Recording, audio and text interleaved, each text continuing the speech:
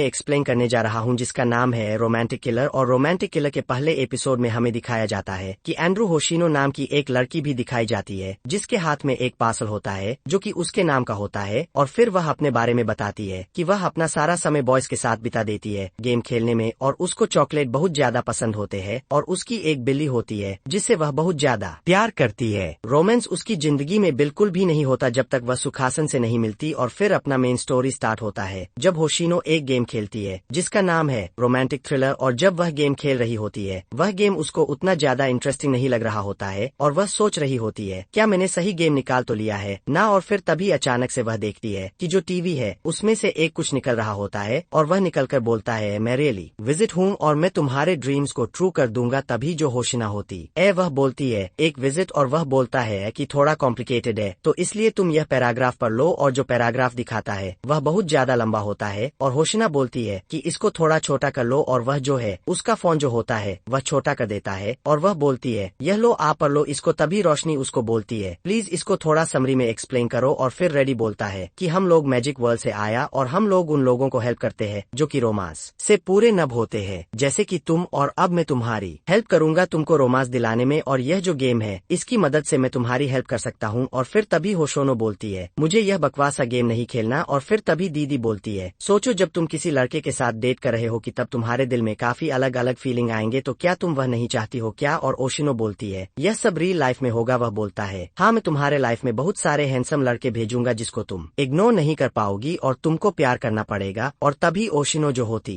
वह बोलती है नहीं मेरे जीवन में पहले से कोई एक है जिसको मैं प्यार करती हूँ और वह मोमो ही की। और तभी रली बोलता है इसलिए मैंने तुम्हारे लाइफ से तुम्हारे सारे डिस्ट्रैक्शंस हटा दिए हैं जैसे कि तुम्हारी चॉकलेट वीडियो गेम्स और तुम्हारा ही की। और भी तभी ओशिनो अपना वीडियो गेम चेक करती है कि उसका वीडियो गेम कहाँ गया और वह देखती है कि वह सारी की सारी वीडियो गेम कुछ खाने वाली चीज में बदल चुके होते हैं। और वह अपनी चॉकलेट की तरफ देखती है और चॉकलेट भी पूरे खत्म हो चुके होते हैं। और रील बोलता है अगर तुम्हें कुछ पाना है तो तुम्हें कुछ खोना भी पड़ेगा। और तभी होशिनो बोलती है तुम बहुत ज्यादा बुरे और डेवल हो। और अपना जो रिव्यू होता है वह बोलता है कि अरे यह सब तो मैं तुम्हारे लिए कर रहा हूँ ना, और मैं कभी भी डेवल मत बोला, मैं एक विजिट हूँ। जब तुम लोनली होती हो तब तुम्हें अपने बॉयफ्रेंड के साथ होना चाहिए मगर तुम वहाँ चॉकलेट खा रही होती हो। और जब तुम्हें डेटिंग करना चाहिए तब वहाँ तुम वीडियो गेम खेल रही होती हो ना कि डेटिंग। अब तुम्हें पता चला कि वह तीन चीजें तुमसे छीन ली जाएगी जब तक तुम्हारे जीवन में रोमांस नहीं आता। और तभी खुशीनो को खोल दिए उन तीन चीजों के बिना बिल्कुल भी नहीं रह सकती। और तुम चाहती हो कि मैं एक बॉयफ्रेंड के साथ टाइम स्पेंड करूं जबकि मुझे उनके साथ टाइम स्पेंड करना चाहिए था। और तभी रिनी होशिनो को जोर से मारता है अपनी स्टिक से और बोलता है कि यहाँ पर हम लोग आए हैं ताकि हम लोग जापान का मेन प्रॉब्लम सॉल्व कर सके जो कि पॉपुलेशन का है। जापान में लो बर्थ रेट बहुत ज्यादा हाई है। और तभी होशिनो बोलती है तुमने यह कभी बताया नहीं। और तभी रिजी बोलता है तुमको एक्सप्लेनेशन पढ़ना चाहिए था पहले, और इसीलिए मैं तुम्हारी हेल्प करूंगा तुम्हारा रोमांस दिलाने में और जापान का फ्यूचर बचाने में, और मोस्ट इम्पोर्टेंट मेरी सैलरी के लिए। और तभी बोलता है वह मुझे यह तो याद आ गया मैंने मैजिक वर्ल्ड में एक पॉट दिया था बॉल होने के लिए। और वह जाने लगता है और तभी जो खुशी होती है वह उसको पकड़ के बोलती है तुम किधर जा रहे हो, यह सब चीज अभी के अभी बंद करो। और जो रिनी होता है वह बोलता है अब ऐसा बिल्कुल भी नहीं हो सकता, जब तुमने स्टार्ट बटन दबाया था तभी यह स्टार्ट हो गया, अब इसको बंद नहीं किया जा सकता। और फिर तभी वहाँ से रिनी चला जाता है और होशिनो बोलती है मेरा मोमो हिकी कहाँ गया है। और वह मोमो हिकी को ढूंढने लगती है और अपनी मॉम से पूछती है मामा हिकी कहाँ है। और वह बताती है कि वह देखो वह ऊपर है। और हमें दिखाया जाता है जो मोमो हिकी होता है वह एसी के ऊपर जाकर बैठा हुआ रहता है। और जो अपनी ओशिनो होती है वह उसको बोलती है मोमो की मेरी माय लव प्लीज नीचे आ जाओ प्लीज अपना क्यूट चेहरा मुझे दिखाओ। और तभी ओशिनो के डैड आ चुके होते हैं और उसके जो डैड उसकी मॉम से बात कर रहे होते हैं कि उनका ट्रांसफर हो चुका है यूएस में और मैं चाहता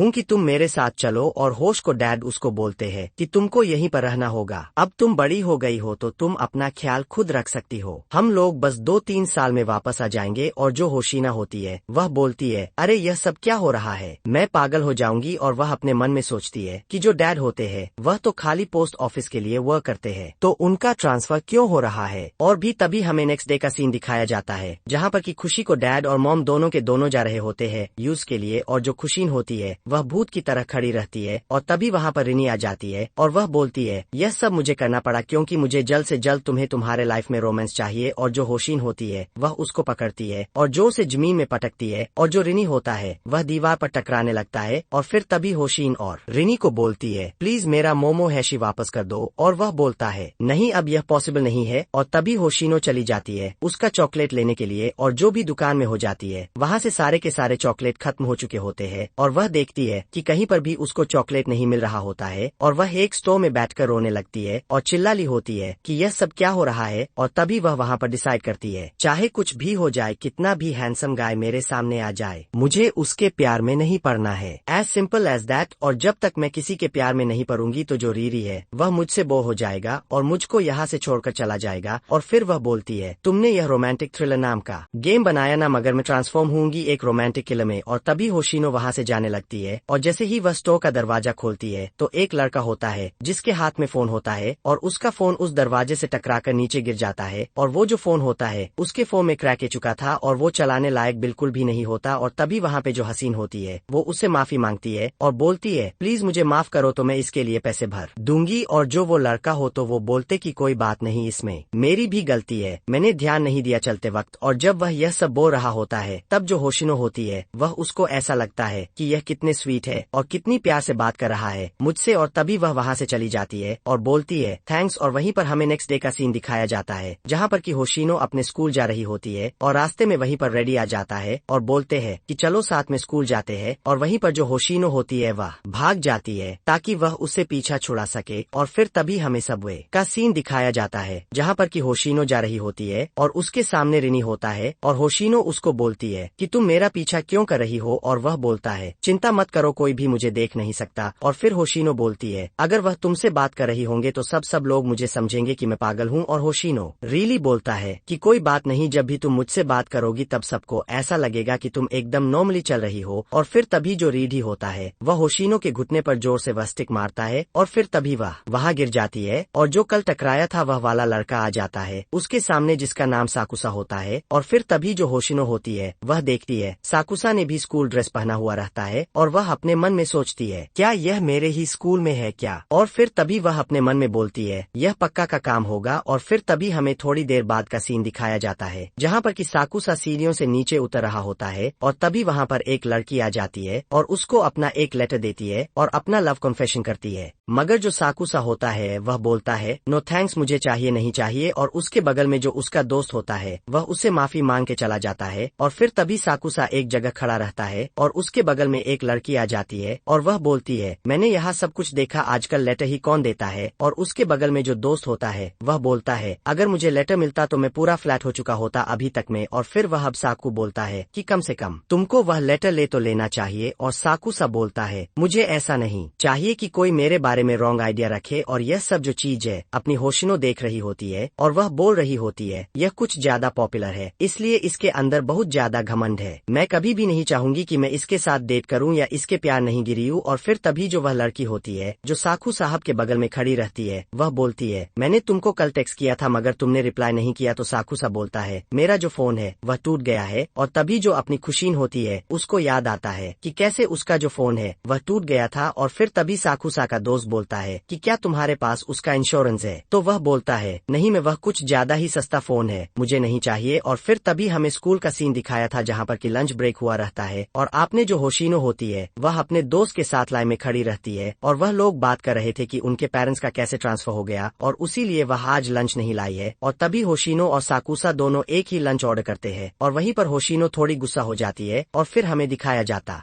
होशिनो और उसकी दोस्त खाना खा रही हो तो और उसकी जो दोस्त होती है वो बता रही होती है स्कूल में सब लोग साकुशा के बारे में बात कर रहे हैं, तुमने तो उसको नोटिस भी नहीं किया होगा क्योंकि तुम हमेशा लंच ब्रेक में मतलब की वीडियो गेम खेलती रहती हो। और वहीं पर जो होशिन होती है वह साकुशा को बहुत ज्यादा हते कर रही होती है और वहीं पर देरी आ जाता है और वह बोलता है कि जब किसी को प्यार होने वाला होता है ना तो वह सबसे पहले उसको हेट करता है और फिर धीरे धीरे वह प्यार में गिर जाता है।